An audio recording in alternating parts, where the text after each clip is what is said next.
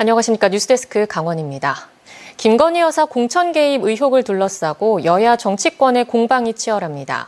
정치브로커 명태균 씨의 불법 여론조사 의혹을 제기한 강혜경 씨 측이 명 씨가 여론조사를 해줬다는 정치인 명단을 국회에 제출했는데 여기에는 김진태 강원도지사도 포함돼 있었습니다. 김 지사 측은 명태균 씨와 접촉한 적이 없다고 선을 그었습니다. 백승호 기자가 보도합니다.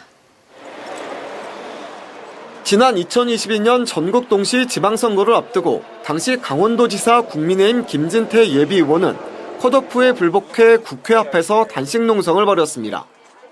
그리고 얼마 뒤 이례적으로 컷오프가 철회됐습니다. 나흘간 단식 농성을 한 각오면 못할 것이 없습니다. 죽을 각오로 200만 강원시대 열겠습니다. 최근 김건희 여사의 공천 개입 논란이 불거지면서 2022년 강원도지사 선거, 국민의힘 후보 공천도 다시 주목받고 있습니다. 강혜경 씨 측이 국회 법사위에 김진태 지사를 포함한 여야 정치인 명단을 제출한 겁니다. 정창래 위원장은 과거 명태균 씨가 여론조사를 해준 정치인이라고 설명했습니다.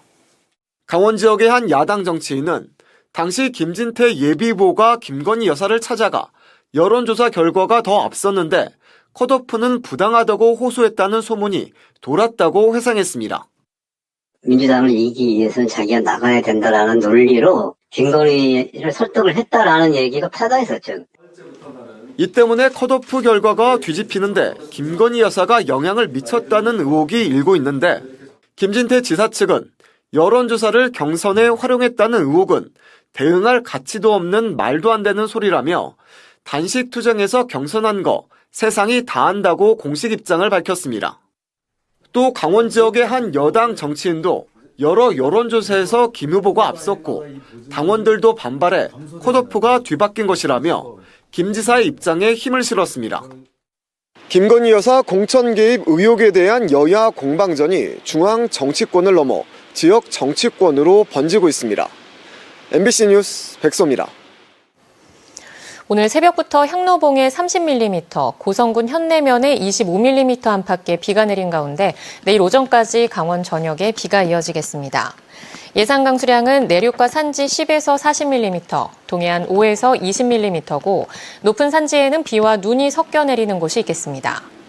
찬 공기가 내려오면서 내일 낮 기온은 오늘보다 2에서 5도가량 떨어져 대부분 지역에서 5에서 10도 분포를 보이겠고 모레 아침에는 내륙과 산지 5도 이하, 동해안 10도 이하로 기온이 급격히 떨어지겠습니다.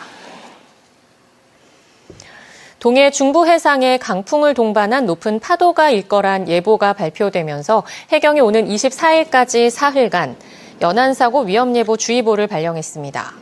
속초해경은 동해 북부 연안에 연안사고 위험예보 주의보를 발령하고 위험구역과 연안 취약해역의 안전 순찰을 강화한다고 밝혔습니다. 또 전광판과 방송장치 등을 활용해 이안류와 낙뢰사고 예방 안전수칙을 홍보하고 갯바위, 방파제, 테트라포트 등 해안가 접근을 삼갈 것을 당부했습니다. 강릉 급발진 의심사고 민사재판이 22개월째 이어지고 있습니다. 그동안 재판부는 자동차 관련 전문가의 의견을 듣고 싶다는 요청을 해왔는데 오늘 열린 7번째 재판에서 재판부가 유족 측의 증인 신청을 받아들였습니다. 이하라 기자입니다.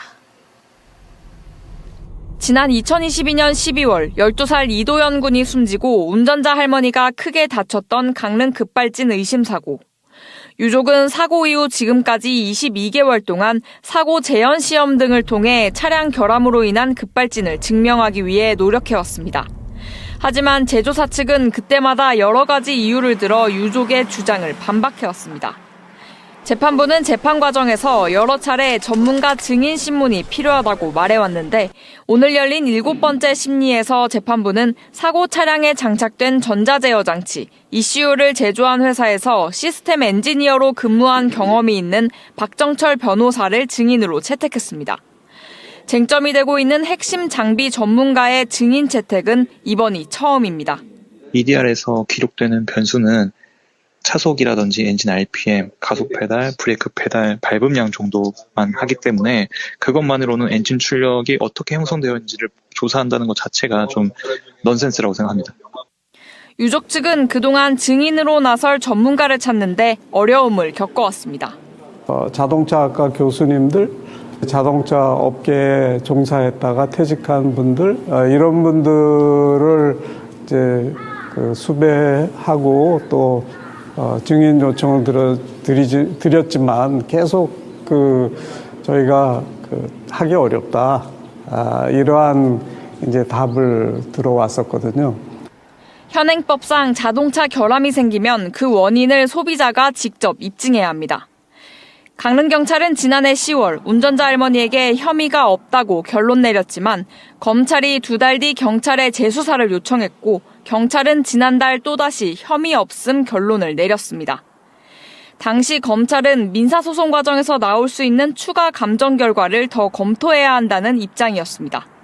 이 때문에 민사가 끝나야 형사도 끝나는 이례적인 상황이 돼버렸습니다. 매일 전화로 괜찮으시냐고 물어볼 때마다 한없이 눈물만 그냥 흘리시기 때문에 지금도 약 드시지 않고는 잠을 온전히 이룰 수 없는 어머니의 마음을 제가 어찌 가늠할 수 있겠습니까? 핵심 증인이 출석할 다음 재판 기일은 오는 12월 10일. 재판부는 이르면 내년 2월쯤 이번 1심 재판을 마무리하겠다는 입장인 만큼 다음 재판에서 어떤 내용이 다뤄질지 관심이 집중되고 있습니다. MBC 뉴스 이하라입니다. 동해 해군기지의 작전헬기장 건립 논란을 두고 의견이 엇갈리는 시민단체 간 갈등에 대해 얼마 전 보도해드렸는데요. 시청 공무원과 지방의원이 고발을 예고하는 등 법적 싸움으로도 번지고 있습니다. 이준호 기자입니다. 동해시 송정동의 해군기지의 건립을 추진 중인 작전헬기장. 많은 주민들이 이 일대가 소음에 노출되고 군사보호구역으로 묶여 개발도 제한될 것이라 우려합니다. 논란이 이어지고 있는 가운데 동해시 의회에서 군사보호구역을 새로 지정하는 거 아니냐는 질의가 나왔습니다. 군사보호구역 지정은 반경 2km로 이내로 정할 수 있습니다. 그렇지 않습니까? 이에 대해 동해시청국장은 군사보호구역이 새로 지정되지 않는다고 해군 입장 등을 충분히 설명했는데도 최 의원이 거짓 정보를 자꾸 퍼뜨린다며 항의합니다. 이 자리가 뭐 집행부 공무원 IQ 테스트 하는 것도 아니고 허위사실 유포하는 장도 아니고. 그러면서 이에 대해 사과하지 않으면 해당 의원을 형사 고발하겠다는 입장을 밝혔습니다. 이런 가운데 동해시청 공무원 노조까지 해당 의원을 비판하고 나섰습니다. 사실관계를 잘 확인하지 않고 공무원과 시민 갈등을 조장하고 있다며 집단 행동까지 예고했습니다. 저희는 중식의 1인 시위도 계획하고 있고 더 나아가서는 민주노총하고 연대 투쟁할 계획도 있습니다. 하지만 해당 의원은 공무원들이 오히려 정당한 의정활동을 방해한다고 주장합니다. 군사보호구역을 늘리지 않겠다는 해군의 법적 효력 없는 주장을 함께 따져보자는 게 시민 갈등을 조장하는 거냐고 되묻습니다. 우리도 성명서 발표할 거고요. 그다음에 같이 고소 고발도 진행할 거고. 한편 해군은 동해기지의 작전헬기장을 내년 3월까지 건설하겠다는 계획입니다. 하지만 해군과 소통 방식을 둘러싼 주민 다툼, 그리고 공무원과 지방의회로 확산된 갈등과 논란을 해결하긴 쉽지 않을 전망입니다. MBC 뉴스 이준호입니다. 강릉 옥계항에서 강원권 기업의 냉동식품 수출길이 열렸습니다. 강릉시는 오늘 옥계항을 통해 강원권 기업의 냉동 대게를 운송하는 냉동 냉장 기능을 갖춘 리퍼 컨테이너가 처음으로 일본 수출길에 올랐다고 밝혔습니다. 강원권 기업이 리퍼 컨테이너를 사용해 일본으로 직접 수출하는 첫 사례로 기존 부산항 이용보다 물류비 절감이 기대되고 있습니다. 한편 강원권 기업 저온 상품의 일본 수출 물동량은 지난해 기준 5,600톤에 달하는 것으로 나타났습니다. 보건복지부의 2024 신생아 집중치료 지역센터 지원 사업에 영동 지역에서는 처음으로 강릉 아산병원이 최종 선정됐습니다. 신생아 집중치료 지역센터 지원 사업은 고위험 신생아 치료를 담당하는 의료기관을 지정해 고위험 태아 신생아의 안정적 진료를 제공하도록 지원하는 사업으로 강릉 아산병원의 경우 모두 5병상에 병상당 800만 원의 운영비가 매년 지원됩니다. 현재 도내에는 강원대학교 병원과 원주 세브란스 기독병원이 신생아 집중치료 지역센터 기능을 수행하고 있습니다. 강원도가 해양수산부를 방문해 도내 어업인들의 수건사업 4가지를 건의했습니다.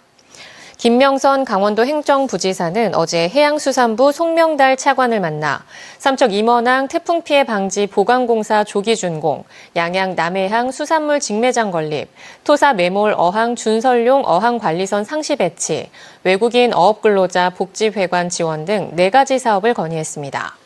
이 자리에서 송 차관은 정부 차원에서 적극 검토하겠다고 답한 것으로 알려졌습니다.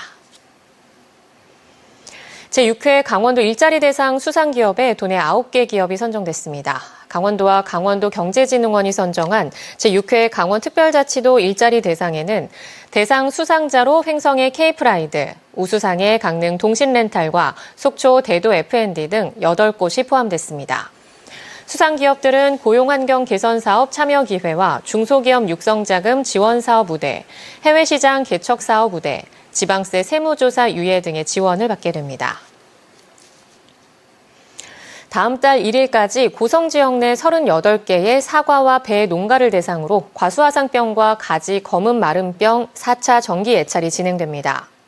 현재까지 고성군은 과수화상병이 발생하지 않은 지역이지만 최근 전파 경로가 다양해져 인접 지역에 병이 발생하지 않더라도 감염되는 사례가 나타나면서 정기 예찰이 진행되고 있습니다. 고성군은 지난 5월부터 7월까지 3차례 정기 예찰을 마쳤으며 고성 지역은 2020년 가지 검은 마름병이 발생한 이후 현재까지 과수 세균병 발생 사례는 없습니다. 삼척 문화유산 야행이 이번 주말 처음으로 개최됩니다. 강원뉴스 마칩니다. 시청해주신 여러분 고맙습니다.